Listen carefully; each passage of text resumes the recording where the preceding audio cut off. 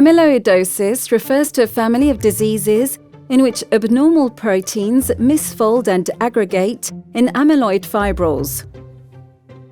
These fibrils are deposited in the organs, preventing them from functioning properly. Every patient has a different amyloid deposit pattern. The most commonly affected organs are the kidneys, heart, peripheral nervous system, digestive tract, and skin. Amyloidosis is classified according to the protein responsible for the disease. Among all these forms of amyloidosis, AL-Amyloidosis and ATTR-Amyloidosis are the ones that usually damage peripheral nerves. In ATTR-Amyloidosis, the transthyretin-protein is misfolded. Its four monomer components break apart and aggregate in amyloid fibrils. ATTR-Amyloidosis can be acquired or hereditary.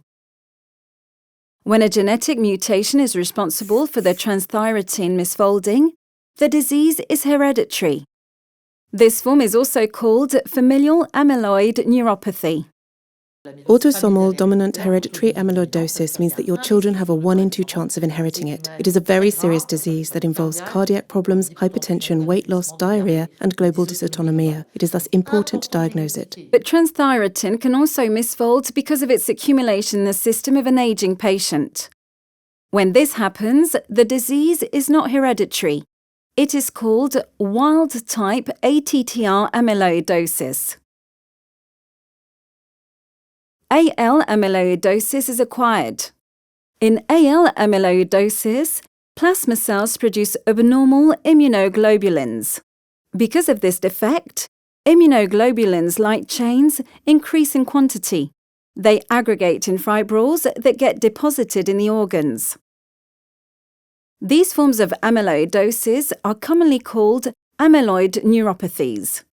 They are sensory neuropathies responsible for pain and motor neuropathies, with weakness of the limbs, legs, and hands.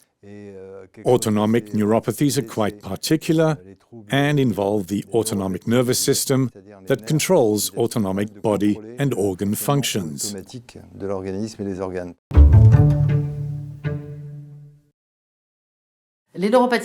amyloid neuropathy, all presentations are possible, from demyelinating and axonal forms, forms with tingling in the toes, orthostatic hypertension forms, diarrhea or heart disease forms, and they range from very florid up to mild.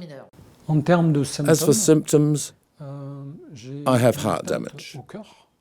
It started as a neurological problem. There was a conduction delay between the atria and ventricles, leading to arrhythmia problems. At the same time, I felt sensory disturbances in my feet. Once, I was swimming in the sea while snorkeling and came back to find that my feet were covered in sea urchin spines without me noticing a thing.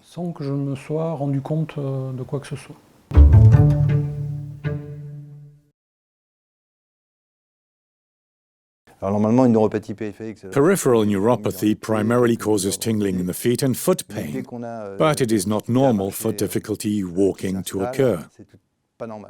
In my opinion, any weight loss is a red flag. So are dysautonomia, hypertension, and associated heart disease. So a rapidly progressing neuropathy. It is an aggressive and progressive neuropathy. There is something new every 6 months. Someone who just had odd feelings in their feet is seen again 6 months later and complains of leg weakness and difficulty walking. When you see them 6 months later, they have lost 5 kilos, and after 6 more months they have hand complaints. So it's a progressive neuropathy. When faced with this neuropathy that seems rather severe, general practitioners must be able to turn to a reference center for neuromuscular diseases to investigate further and order specific blood tests. They are sophisticated tests that can go very quickly, with answers in a couple of weeks.